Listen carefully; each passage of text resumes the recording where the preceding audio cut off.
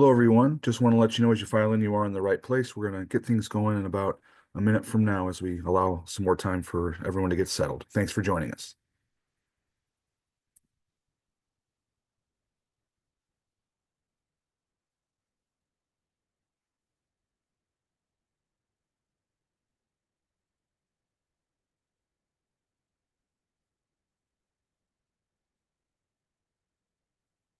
Again, we want to welcome everyone. Thank you for joining us for today's webcast. Going to get things going in about another 30 seconds.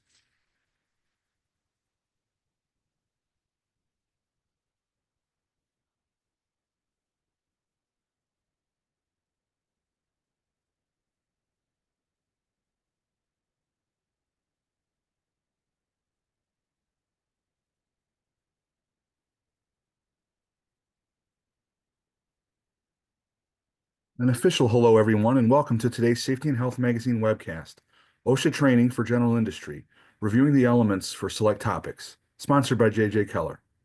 My name is Kevin Drewley. I'm an associate editor with Safety and Health Magazine and will be moderating today's session.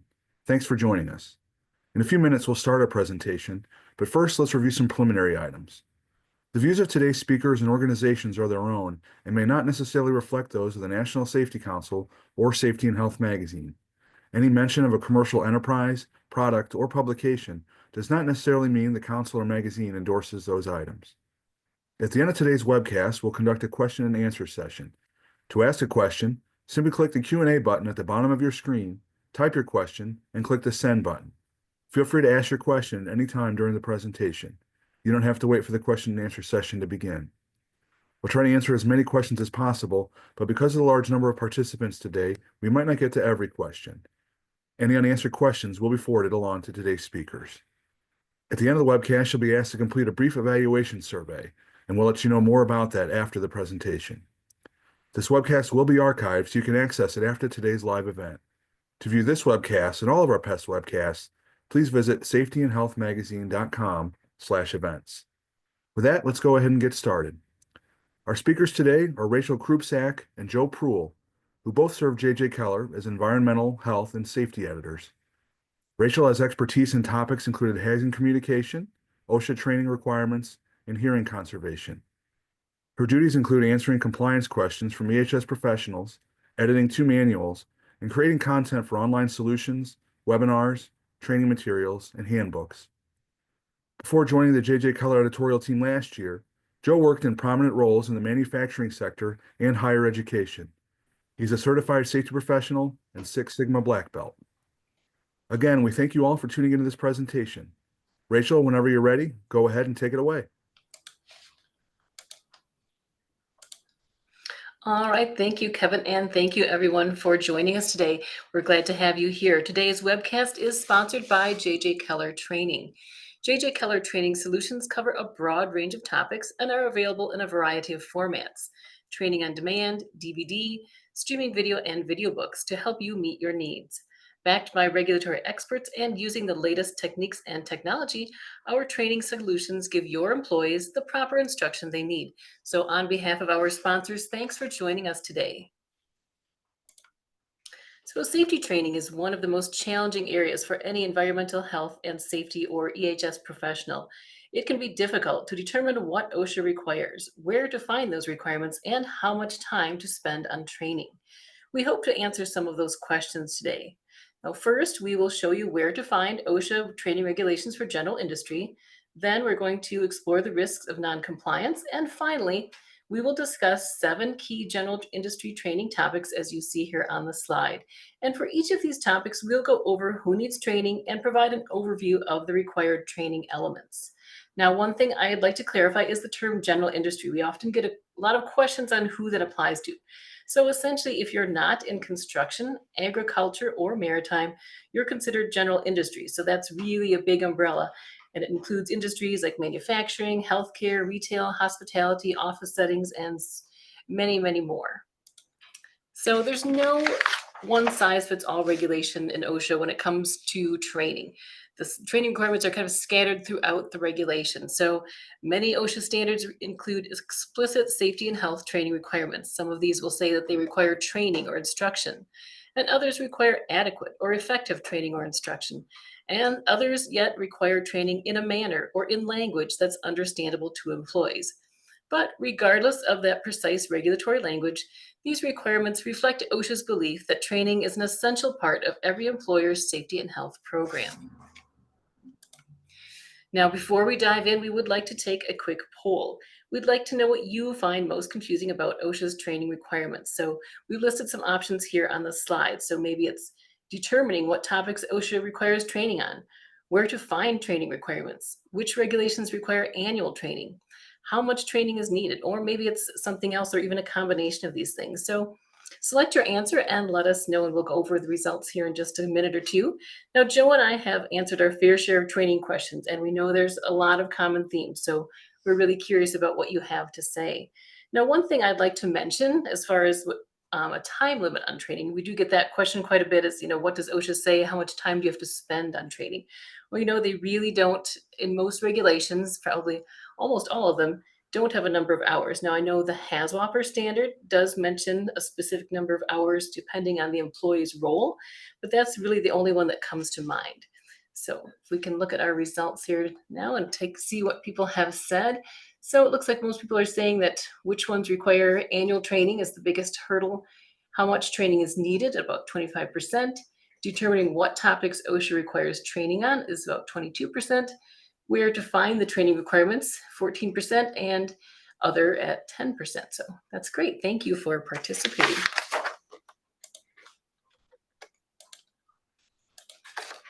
Now, the first place to look for training requirements is in the federal OSHA standards. So here, this is the first of 4 slides listing general industry regulations with training requirements.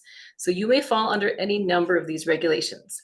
Now, as we walk through these next several slides, pointing out well over 70 general industry regulations with training requirements, don't panic, don't get too overwhelmed, because it's likely that not all of them are going to apply to you. If the regulation doesn't apply to work that your employees are performing and they're not exposed to the hazards that are in these regulations, you don't need to train on that topic. Now, here we highlight access to employee exposure and medical records in red because we want to bring an important detail to your attention. Now, according to paragraph G of 1910.1020, when an employee first enters employment and annually after that, you must inform them of the existence, location, and availability of any employee exposure and medical records, who's responsible for maintaining and providing access to those records, and the employee's rights of access to these records. And now I will turn things over to Joe to continue on with their training requirements. All right, thanks, Rachel. Great intro. And again, welcome everyone. So let's continue looking, and we're on slide 2 here. And adding to this list, we can see some of the more common topics that are probably familiar, such as eye and face protection, HAZCOM, injury and illness record keeping, lockout, tagout, and occupational noise exposure. Probably familiar with those terms. But one area I want to go back to is injury and illness record keeping and the employee involvement component. So we want to point out some additional information here.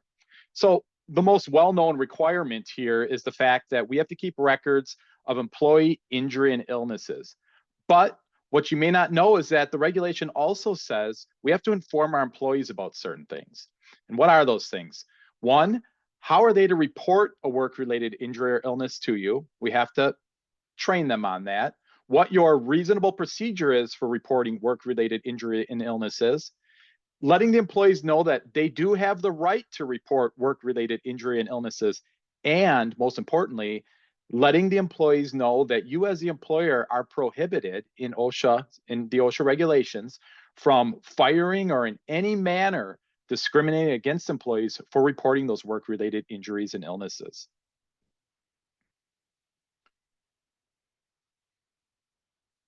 There we go. Give me one second here. There we go. So here again, we see some other familiar topics: PPE, portable fire extinguishers, powered industrial trucks, and then walking working surfaces. So a couple that we pointed out here, and the first one is fire extinguisher training. And we often get asked the question whether employees must have the hands-on training for fire extinguishers. The answer here is this is dependent on your organization's plan for responding to a fire incident. So if you have employees who are designated to use those fire extinguishers, then those employees must receive annual hands-on training. We'll talk about this a little more when we get to the fire extinguisher section, but just to give you kind of a taste of that. Another question frequently asked is whether there's an annual training requirement for telecommunications, for those cable installers and the like. The regulations don't necessarily have an annual requirement. But overall, OSHA expects you to provide a workplace free from recognized hazards. OSHA would expect you to provide refresher training if an employee was not using safe work practices or otherwise appears to need that additional training. All right, and then on this slide here, we see a bunch of big words, and this is really where all the training is for those toxic and hazardous substances. For reference, this can all be found in subpart Z in the 1910 standard. So if you use any of these substances, you do have some training requirements.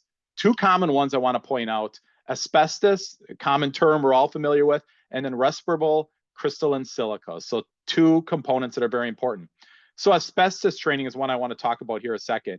For general industry, the asbestos training really goes over what to train those exposed while working in the environment. So my example here is I have a maintenance or custodial worker that are working in the area. Okay, there's a certain amount of training that they need to receive for that.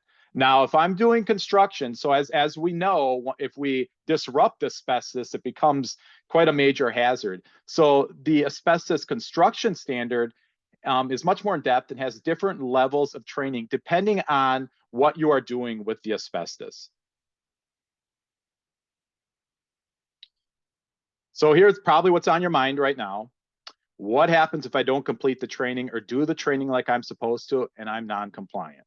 What are the risks of being non-compliant? First of all, it's important to know that OSHA considers training non-compliance a serious violation. Okay, and as it says on the slide there, one in which there is a substantial probability, so a really good chance, that death or serious physical harm could result, and the employer knew or should have known of the hazard. Okay, so for example, the employer has to know asbestos is hazardous, right? I didn't know scraping asbestos posed a risk of mesothelioma, not an excuse. So the current penalty for a serious violation right now is $16,131. Keep in mind, OSHA adjusts that for inflation each year, so chances are it's not out yet, but in 2025, chances are that will go up a certain amount. A potentially, though, more costly risk of non-compliance than being fined by OSHA is the cost to a workplace injury to one of your workers. So if an employee isn't trained, they may be unsure or not know how to safely do their jobs, or worse yet, and this is totally the worst part, they may think they do, but they really don't. They don't know what they don't know.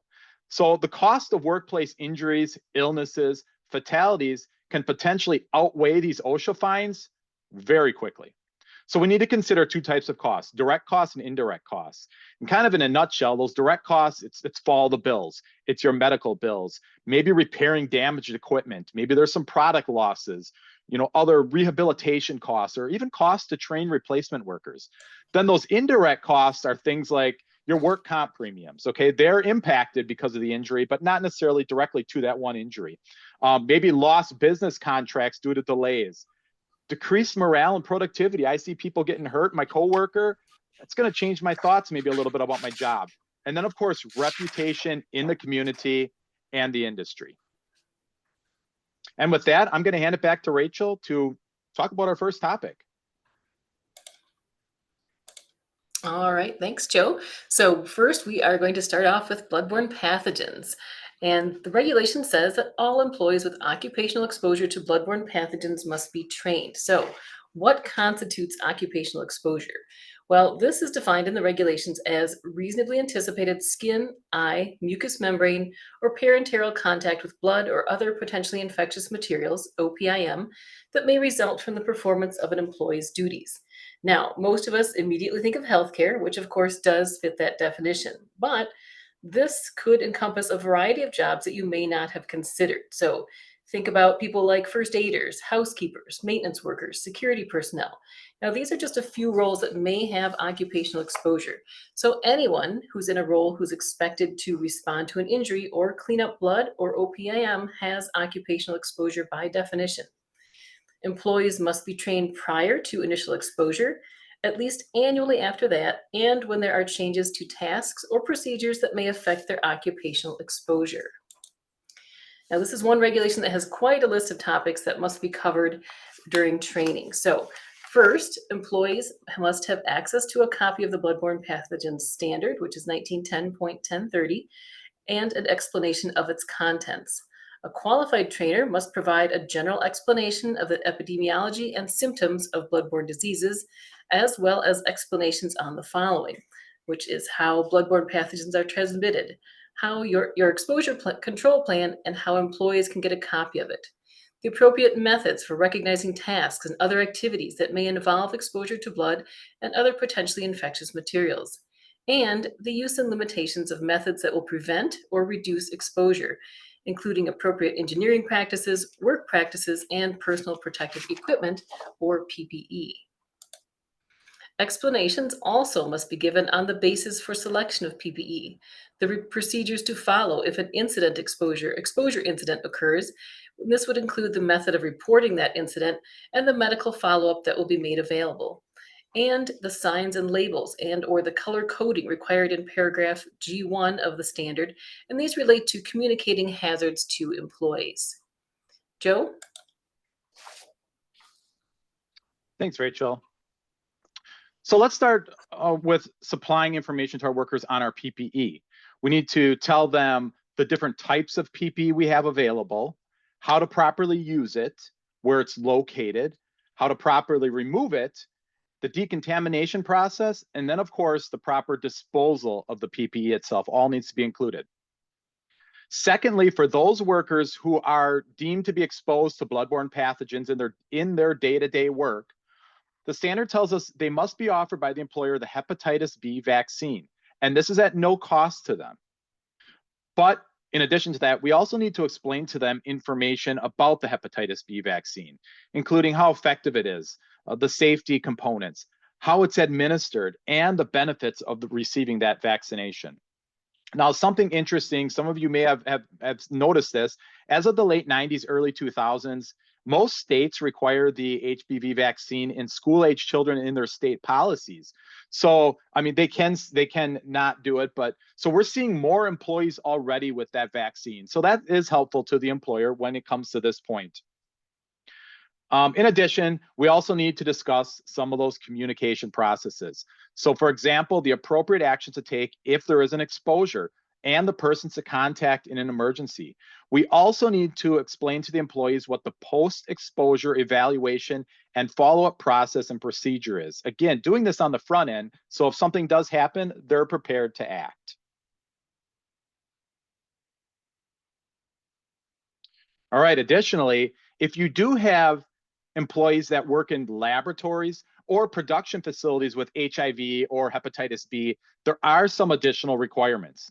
And these are in addition to the requirements we've already discussed. So if you are one of those organizations that does this kind of work, you're going to want to take another look at the 1910-1030 just for the additional requirements that are applicable to you. So while most regulations do not address how the training must be presented, the bloodborne pathogen standard, it does contain some key requirements. You'll have to ensure you include these as part of your training program. So first of all, training must be provided at no cost to the employees and during work hours. Okay, that's key. It needs to be during work hours. Second, the training must contain material that's appropriate in content and vocabulary, and what OSHA says to the education level, literacy, and language of the employees in the training. So basically, all your employees must be able to understand that training fully. Third, the training must include the opportunity for the participants to ask questions and answers to the trainer. So this is where we add a little complexity because, an online training is great, but there's this second component of being to answer those questions, to be available to answer questions you need to consider. And then fourth, it must be conducted by a person knowledgeable in the subject matter and knowledgeable of the workplace in which they are training and how those two relate. Okay, so some examples of who those trainers could be are healthcare professionals, also non-healthcare professionals, such as industrial hygienists, safety professionals, or professional trainers. And again, the key here is understanding the bloodborne pathogen standard, but really understanding how it relates to your organization specifically. So OSHA's regulations, again, don't always include a requirement for training records, but bloodborne pathogens does. So the regulations say that employers must keep training records and maintain them for 3 years from the date on which the training occurred. And the training record must include the date of the training sessions, the content, summary of the training sessions, names and qualifications of the trainers, and then the names and the job titles of those who are trained. The regulation also says that the training records must be made available upon request. And this is to your employees, maybe employee representatives, and even OSHA. And they could request for examination or even to make copies of those records. And with that, I'll pass it back to Rachel. All right, thanks, Joe. So now our second topic is hazard communication, or HAZCOM. And this is one that's always found in OSHA's list of top 10 violations. And inadequate training or a lack of training is often cited. So let's take a look at what's required. First, the regulation says that employees with exposure or potential exposure to hazardous chemicals must be trained. So what does this mean and who does it include? The HAZCOM standard defines exposure or exposed to mean that an employee is subjected to a hazardous chemical in the course of employment through any route of entry. So that includes inhalation, ingestion, skin contact, or absorption, and includes potential, which means accidental or possible exposure. Employers can train on specific chemicals or on categories of chemical hazards, like flammability. Chemical-specific information must always be available through labels and safety data sheets, or SDSs. Employees must be trained prior to being exposed to hazardous chemicals and whenever a new chemical hazard is introduced. It's a best practice to conduct annual training, but HAZCOM does not require it specifically. Now, training must cover the label elements on shipped containers, so that would be your product identifier, the signal word, pictograms, hazard statements, precautionary statements, and supplier information, and the labeling system that's used in your workplace, and that would be if it's different than what you're going to find on shipped containers. Another training element, how employees might use labels in the workplace, such as for determining safe storage practices. You'll also want to go over the format of the SDS, which contains 16 standardized sections. And you'll also need to cover how the label information relates to SDS information. Employees also must be trained on how to detect the release of hazardous chemicals in the work area, such as with the use of continuous monitoring devices. They also must know the hazards of the chemicals in the work area and how to protect themselves from these hazards, and the location and availability of your written HAZCOM program and chemical inventory, as well as where SDSs are located and how they can be accessed by employees. HAZCOM doesn't specify any requirements for the trainer, but OSHA does expect that that person has the knowledge and understanding to present the information so that it's understandable to all employees and that it's specific to your workplace. So that trainer must be familiar with the requirements of the standard as they apply to your workplace, the hazardous chemicals in the workplace to which workers are potentially exposed, and the types of hazards those chemicals pose. They also must be familiar with the HAZCOM program that you've implemented in your workplace and the protective measures used in your workplace to keep employees safe as they work with chemicals. So as the employer, you may determine who's qualified to do training. So maybe that is someone within your company, or maybe it's a third party. You also can use a combination, online training, classroom training, or a combination. But just remember that you'll always have to have some worksite specific training so employees know what hazards they're exposed to in your workplace and how to protect themselves. Now, if employees are given work instructions in a language other than English, the training must be provided in that language. Likewise, if they have low literacy, training must be provided so that they can understand it. So in that situation, you might want to consider verbal instruction versus having them read documents. On a multi-employer work site, OSHA says the employer is responsible for providing updated training when their employees are exposed to new hazards, even if these hazards are created by other employers. HAZCOM training continues to be one of the most challenging areas for safety professionals. J.J. Keller Training on Demand will help you meet mandatory HAZCOM training requirements. But beyond HAZCOM, J.J. Keller Training delivers 24/7 access to hundreds of online courses and streaming video training across multiple industries. Since J.J. Keller Training is sponsoring today's event, we are offering all attendees access to free HAZCOM training in J.J. Keller Training. So use the poll to select your areas of interest, and as a thank you, you'll also receive our popular white paper on HAZCOM training. So now I'm going to turn things back over to Joe for our next topic. All right, thanks, Rachel. So next we're going to move on to powered industrial trucks, PITs, or a lot of people probably just call us the forklift standard. But PITs really include forklifts, powered pallet jacks, stand-up rider lift trucks, order pickers, and the like. So in fact, that's one major compliance issue that we see, as some employers have failed to train operators on all the types of equipment they operate. So keep in mind, even those powered pallet jacks require training under the 1910-178. And that training needs to be equipment specific. So what does that mean? You don't necessarily have to train each operator on every powered pallet jack made by different manufacturers, but OSHA would prohibit allowing an operator who only has forklift training to operate a powered pallet jack without the additional training. So the training must be for each type of equipment. Also very important, OSHA does specify employees must be trained initially prior to operating a vehicle without direct supervision. So, that's a great little ending to that statement. Again, they can be operating the vehicle as they're learning, as they're training with direct supervision. Okay, but they have to be fully trained before they can do that without that direct supervision. So that's just a little important piece. OSHA requires refresher training must be conducted under certain circumstances. So there's no set frequency to this. Keep in mind, this is the refresher training component. But you do need to retrain or provide that refresher training. OSHA gives us some reasons. When there's an accident or near miss, when the operator is observed operating unsafely, when the operator is assigned to drive a different type of truck, when a condition in the workplace changes, and really this is in a way that could affect the safe operation of the truck in the way they were previously trained, or when there's an evaluation that just may reveal some sort of deficiency. And then the last training component is the 3-year performance evaluation. Okay, so OSHA requires all operators to undergo the performance evaluation at least once every 3 years. So when we start looking at all these different topics to cover, OSHA's requirements are performance oriented. And this really permits employers to tailor that training program to their workplace, to the characteristics of your unique workplace and the particular types of powered industrial trucks that are operated there. The regulations outline the specific, truck related topics that must be covered. And I highlighted a couple there. You can read what's on the screen, but some big ones. Differences between the truck and the automobile. Okay, there's a big difference. Steering and maneuvering, a big difference.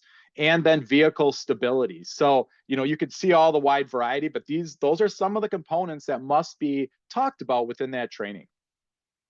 So OSHA, in a letter of interpretation, they answered a question on whether that truck related training has to be weight and brand specific. So this is interesting.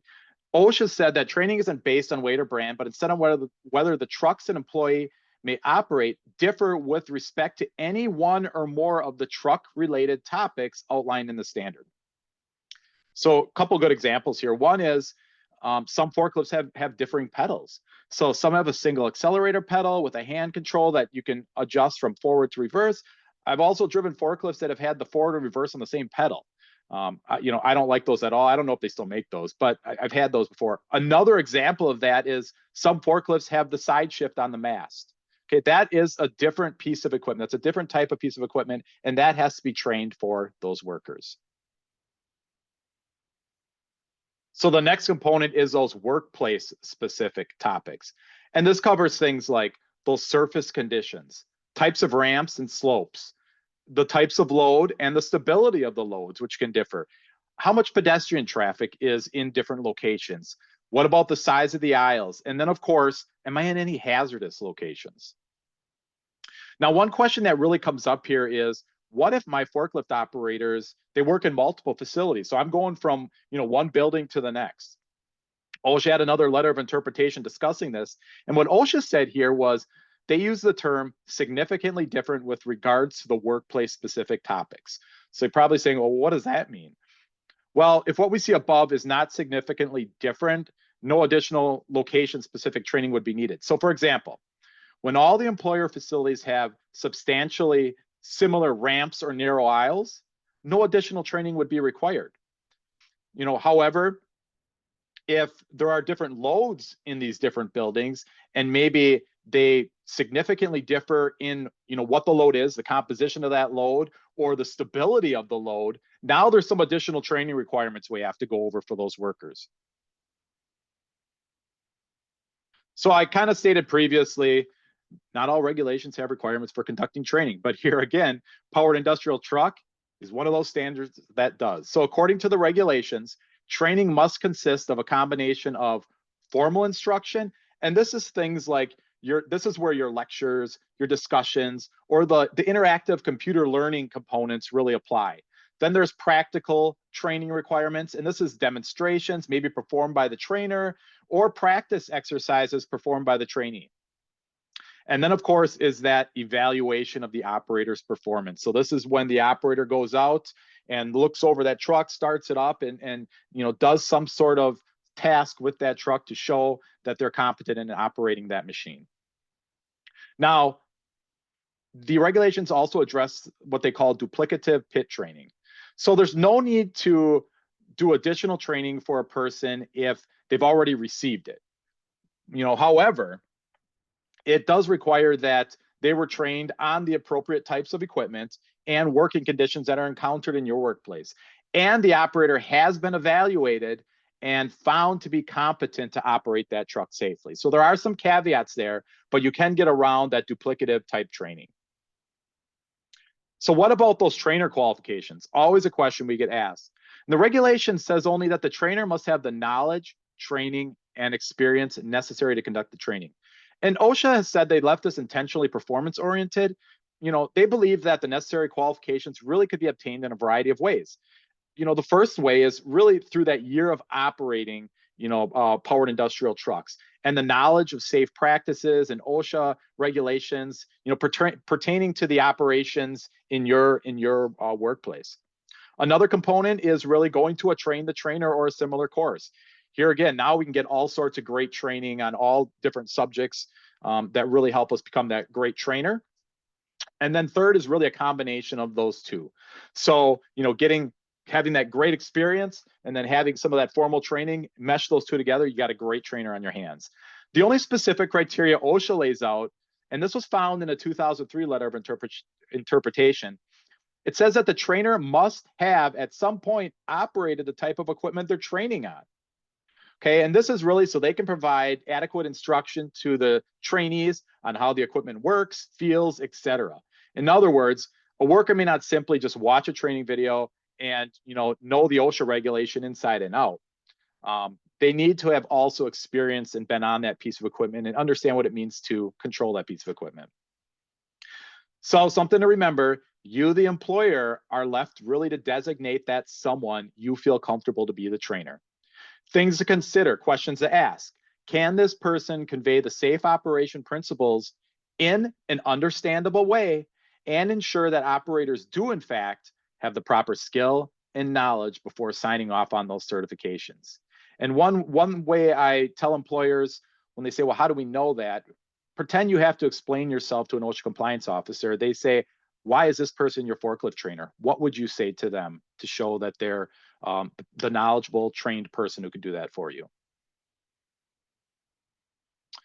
So the next thing is those training records. So yes, there are training records for powered industrial trucks. And this certification must include the operator's name, the dates of training and the evaluation, and then of course, the name of the trainer and the evaluator. Now, a question often comes up about the forklift licenses. Those aren't required, okay? They're fun. It's evidence, especially for bigger organizations. You can walk up to that operator and say, show me your license. I'm not sure if you're trained. They can pull that out, show you. Something else I did for forklift licenses was on the backside, I'd always put kind of the pre-inspection information on there, just as a quick reference. So there are some great things you can do with that, but those licenses aren't required, but that certification recorded and documented is. And with that, I'll send it back to Rachel. All right, thanks, Joe. Some great information there. So now we are going to move on to occupational noise exposure. So all employees exposed to noise at or above an 8-hour time-weighted average, or TWA, of 85 decibels must be included in your hearing conservation program and trained accordingly. This training must be provided initially prior to employees being exposed to excessive noise and repeated annually. Refresher training must be given if there are changes to hearing protection or work processes. So let's take a look now at what topics the training has to cover. This includes the effects of noise on hearing, the purpose of hearing protectors, the pros and cons of hearing protective devices, or HPDs. It also must cover selecting, fitting, use, and care of HPDs, and a discussion of the purpose of audiometric testing and an explanation of the test procedures. And lastly, you must post a copy of 1910.95 in the workplace and make it available to employees or their representatives upon request. OSHA says that the training program may be structured in any format with different portions conducted by different individuals and at different times, as long as you cover all those required topics that are listed in the standard. Now, we have included a reference to an OSHA guidance document that walks you through the basics of setting up a hearing conservation program and conducting training. So if you do a search for OSHA 3074, as we've listed on the slide, you will find that PDF and that will help you get started. Joe? Hey, Rachel, real quick, Sure. the slides, Mm-hmm. I don't see the slide right now. Oh, I don't know if that's just on my end or not, but I got a message, something that was telling me it was recording the presentation, which I knew, but I don't know why it's not sharing. I'm sorry about that. Okay, now do we see it again? there we go. All right, we're Okay, back. We're I back. don't know why it, sorry about that. I don't know why it disappeared. I could see them on my end. Well, I was going to turn Well, my picture on for a while, but no. well, we could look at you All too. right. That's fine. Yeah, Okay, yeah. sorry about that. Anyway, we'll go back to the presentation here, and now we're going to talk about lockout tagout. So I always like to say a good lockout tagout program. This is only as good as the training. So, training is so important with lockout tagout. And OSHA requires you to train employees based on their duties and/or exposures. So this is depending on whether the employees are considered, and I'll explain this in a second, authorized, affected, or other. So authorized employees, they need the most training, and the other employees the least. All the groups, though, must understand the purpose and function of lockout tagout or your energy control program. So authorized employees, they're the ones who do the servicing, maintenance, and repair. And they also apply the locks or tags and follow the lockout tagout procedures. The affected employees, those are the people who operate or use the machine. So when a machine is down for servicing or maintenance, the employee can't run it. So they are the affected employee by that equipment being locked out. Affected employees, they don't do any of the service or maintenancing work and have to stay clear of the equipment during repairs. And then other employees are those whose work activities are maybe in the area where lockout tagout procedures may be used. And I like to use this example, and I apologize if there's salespeople or engineers, but you get those salespeople and engineers out on the floor, for good reason. And they may be some of your other employees. If they're in the area, they need to be aware of what's going on out there. Okay, now that we described those three different types of employees, let's talk about their levels of training. So those authorized employees, they need the most detailed training. They must be trained to recognize hazardous energy sources. They need to understand the type and the magnitude of the energy available in the workplace and on that equipment. And then they must know how to isolate equipment from its energy sources. And this comes from those procedures that are developed for each of those pieces of equipment.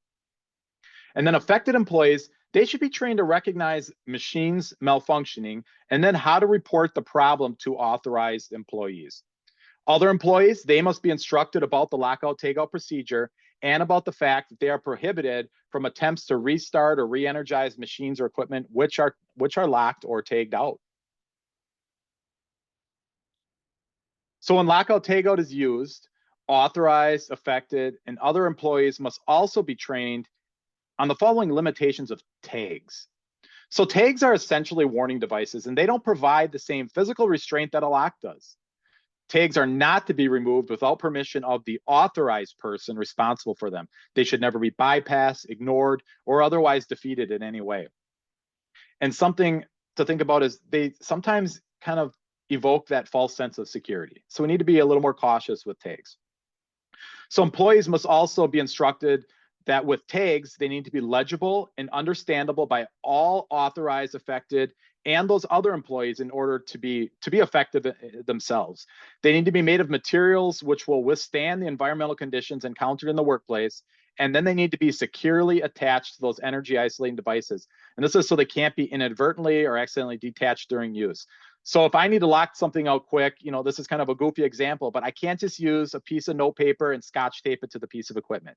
It has to be a durable, legible tag on that piece of equipment. So when do employees need to be trained? Initially and prior to performing any service or maintenance on equipment or on a system, okay, before anything. And then again, we could be training as needed for proficiency. So if there is some retraining we're recognizing, there could be some retraining there. And then most importantly, we talk about these lockout procedures. Whenever there are new or revised procedures, retraining needs to occur. So I got really good news for those of you out there. OSHA doesn't actually specify an annual training requirement. But the bad news is what they do say is whenever you update or revise those procedures, you need to retrain your workers on those procedures themselves.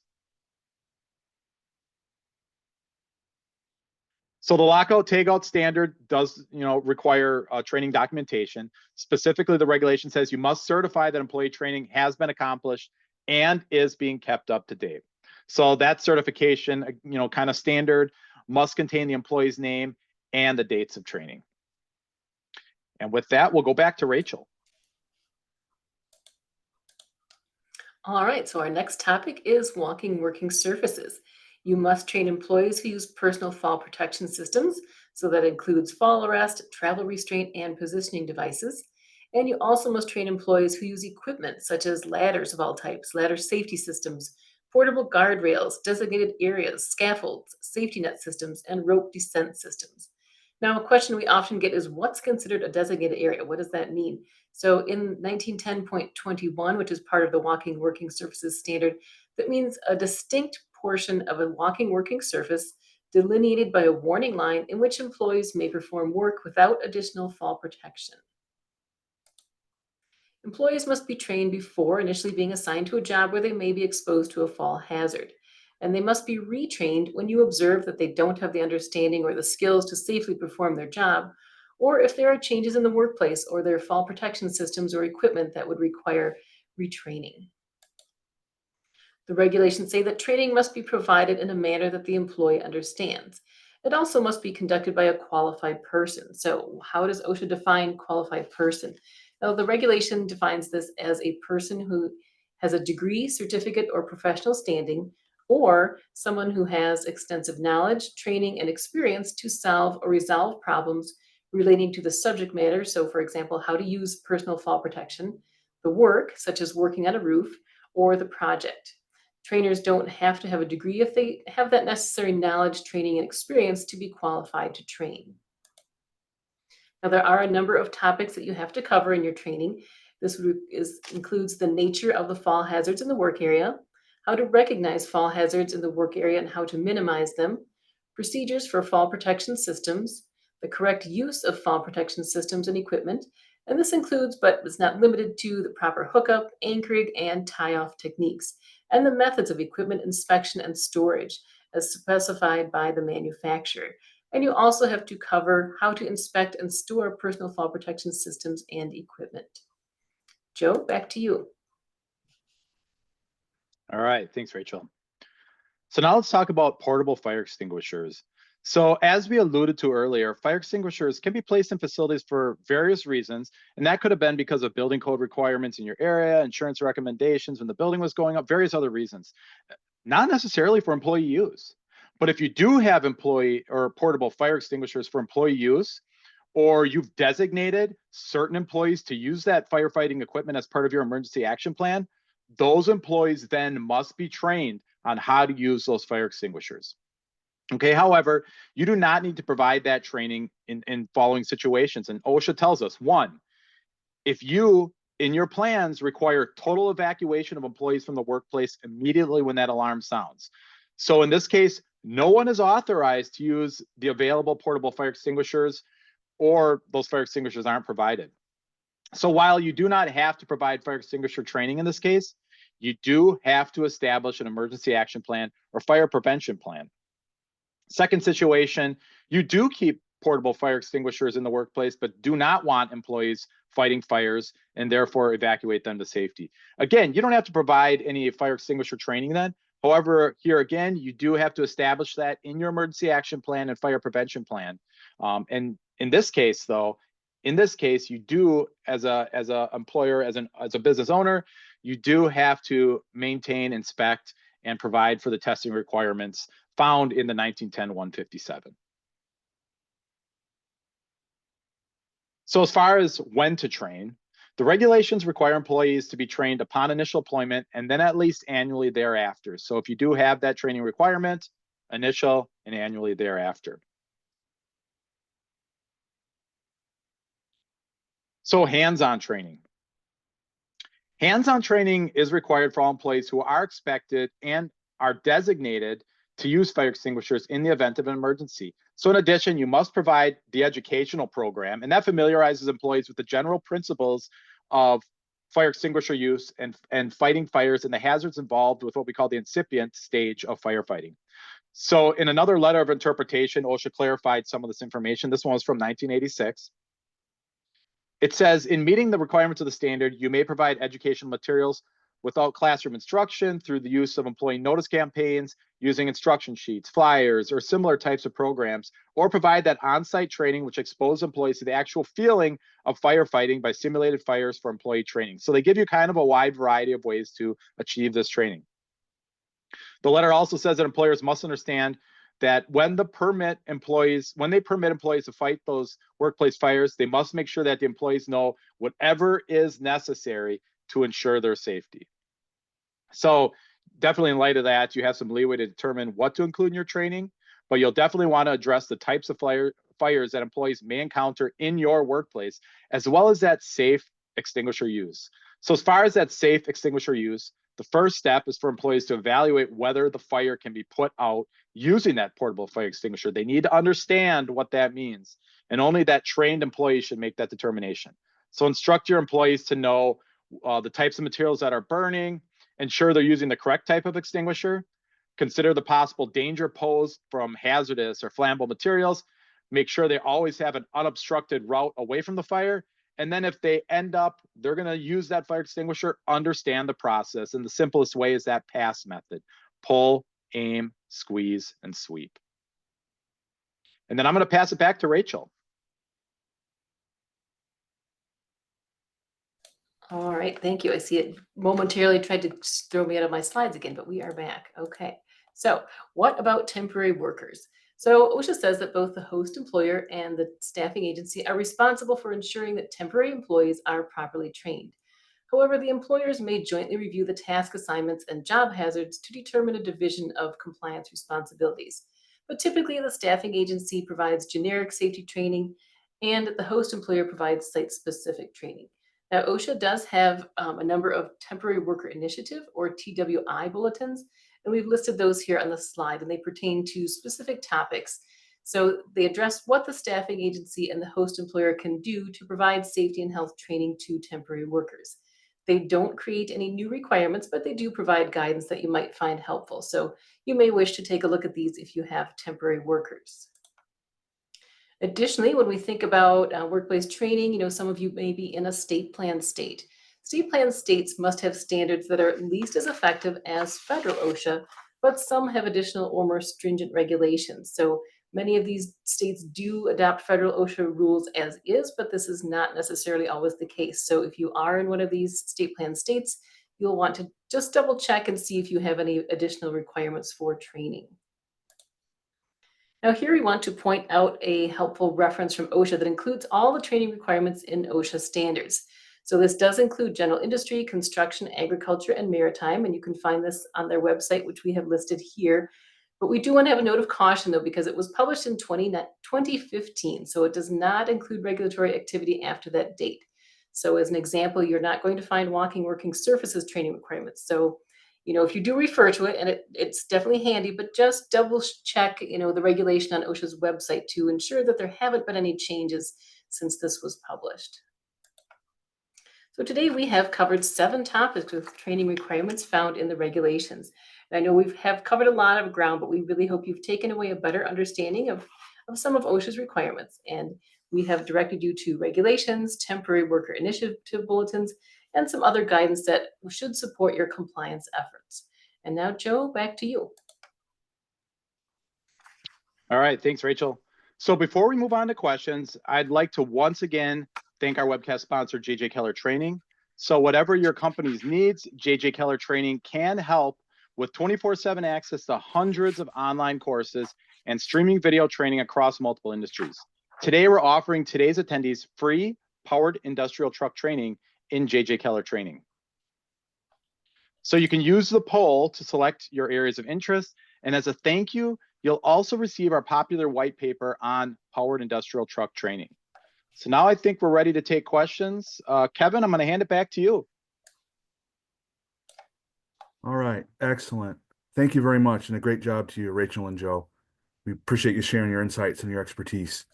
Before we do start the Q&A, just want to let everyone know about the evaluation survey that we're asking you to complete. That survey will open in a different screen after this webinar. And as always, your input's very important as it helps us improve our future webcasts. I know there's a few in the hopper, but again, if you would like to ask a question today, just click the Q&A button at the bottom of your screen, type your question, and click the send button to submit. If we don't get to your question, the unanswered questions will be forwarded along to Rachel and Joe. With that, the first question asks, can we use videos for HAZCOM training? I can take that one if you want. Yes, you can certainly use videos. You can do a mix of of classroom training, videos, online training. Just be sure that you include that worksite specific information so employees understand how the standard applies to your workplace and the chemicals that you're using. Thank you. Another question has a couple issues that are asking about fire extinguishing training. Is that annual training required by OSHA? And does the extinguisher training have to be with a real extinguisher, or is a digital training device sufficient? I could take that one. Yeah, so OSHA does specify, first of all, as far as the annual training requirement, again, if you are stating that your employees are going to be using those fire extinguishers underneath the 1910-157 and I believe G2, okay, if you find that area, it does say that employees must have the education, must be trained upon initial employment, and then at least annually. And again, at least annually. So that's kind of the minimum. So you want to make sure that you get them trained up as appropriate for your workplace. And what was the second part to that? It was the digital versus whether if that was sufficient or if it had to be an actual. Yep. Yeah. So OSHA doesn't specify how that hands-on training using that fire extinguisher is done. I personally have used both. I've lit the barrel and put out fires that way. That's kind of frowned upon nowadays. And with all this great technology, they do have that AR type technology to put out fires and try different fires, and that's fine as long as you ensure that they are following the process the appropriate way to put out that fire, and they understand what those hazards are in doing that, just like they would if they had a real fire in front of them. All right, thank you. Next question asks, for employees that aren't required to provide first aid but may provide it, especially working in the field, do they have to provide a full bloodborne pathogen training? Go ahead. I say I can go after this one here. So as an employer, part of the standard requires you to recognize and document the employees that are expected in their day-to-day work to potentially be exposed. So those are going to be, and one of the great examples I use here are, from my experiences, custodial workers.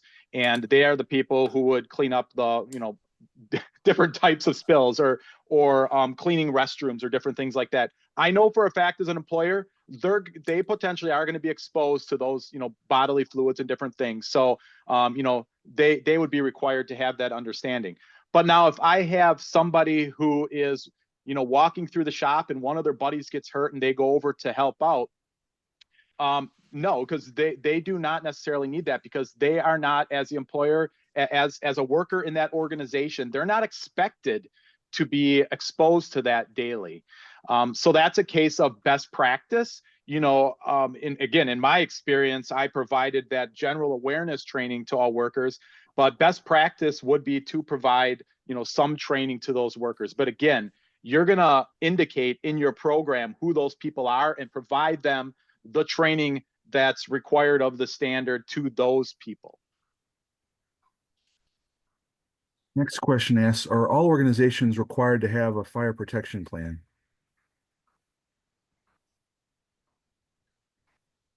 Rachel, I'll take that one. So no, Oh, sure. not all.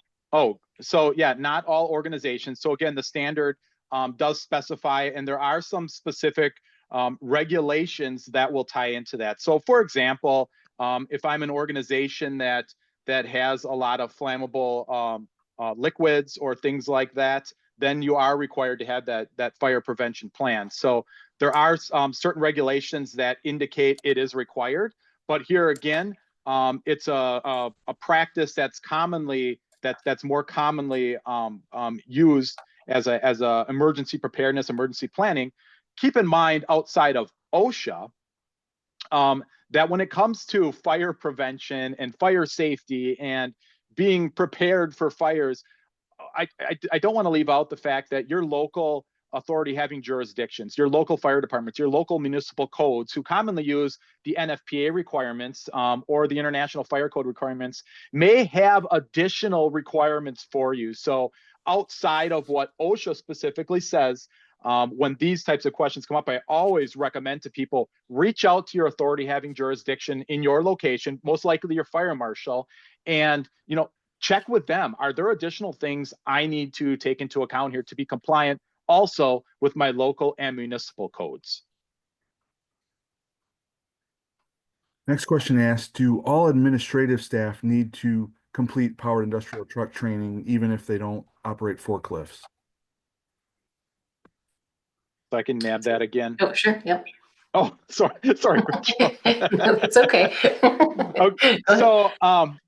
So administrative staff, so if they're not operating the powered industrial trucks, if they're not operating the forklifts, they're not operating the powered floor jacks, things like that, no, I mean, they do not need to go through that training unless you, again, OSHA requirements are the minimum. We always have to remember that. Unless you as an organization want to provide that as a best practice, I mean, it wouldn't hurt for them to have a good understanding of how that equipment moves, how that equipment, what the operator sees or does when they're on that piece of equipment, to also keep them safe, if they're a pedestrian in that organization. So really, if they're not operating the equipment, simple answer here, no, then they don't need the training itself. But best practice, giving them that awareness of the equipment, of some of the hazards it can create is going to be probably very helpful for those administrative staff also.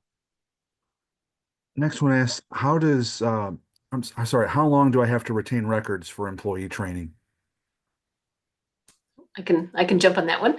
Honestly, there's no one regulation that mentions how long to retain them. You will have to look in each individual regulation for that, and some don't even mention anything about training records. So, if that's the case, you can certainly set a company policy for how long you want to retain them.